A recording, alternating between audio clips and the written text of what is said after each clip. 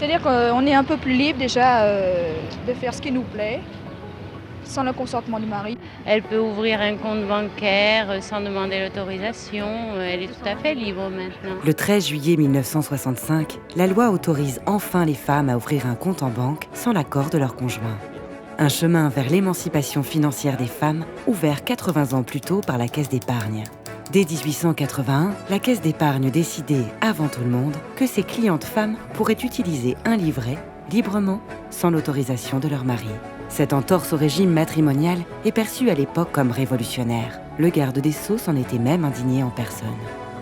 C'est une brèche faite à la puissance maritale, à la puissance paternelle, qui sont les bases de la société et de la famille en France. Le côté pionnier de la Caisse d'épargne transparaît dans la culture populaire de l'époque.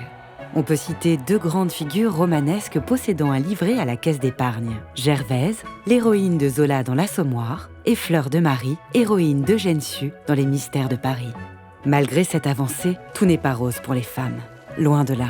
Elles ont dû attendre 1907 pour obtenir le droit de disposer de leur salaire, et 1970 pour que la notion de chef de famille disparaisse de la loi.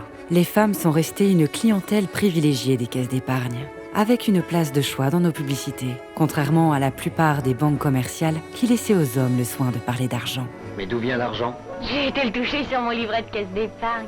Comment? Tu as un livret de caisse d'épargne sans mon autorisation? Mais naturellement, une femme n'a besoin d'aucune autorisation pour ouvrir un livret de caisse d'épargne à son nom. Malgré le chemin parcouru, les inégalités persistent. En France, seule une entreprise sur 3 est dirigée par une femme. Pour y remédier, nous aidons les femmes qui souhaitent entreprendre. Dans nos territoires, par exemple avec l'UDE Guadeloupe. Et dès le plus jeune âge, par exemple avec Kedge Business School. Nous soutenons aussi les femmes qui se réunissent et qui s'entraident, comme les L à l'unisson. Nous agissons aussi pour changer les mentalités, par le sport, en soutenant nos athlètes olympiques, en inspirant les femmes du territoire avec l'équipe féminine de l'OM, dont nous sommes les premiers partenaires fondateurs. Nous soutenons aussi chaque année, en Martinique, le Raid des Alizés, une épreuve 100% féminine, véritable challenge sportif mêlant trail, VTT et canoë. Fidèle à son histoire pionnière, la Caisse d'épargne CEPAC continuera de soutenir la place des femmes dans les entreprises comme dans la société.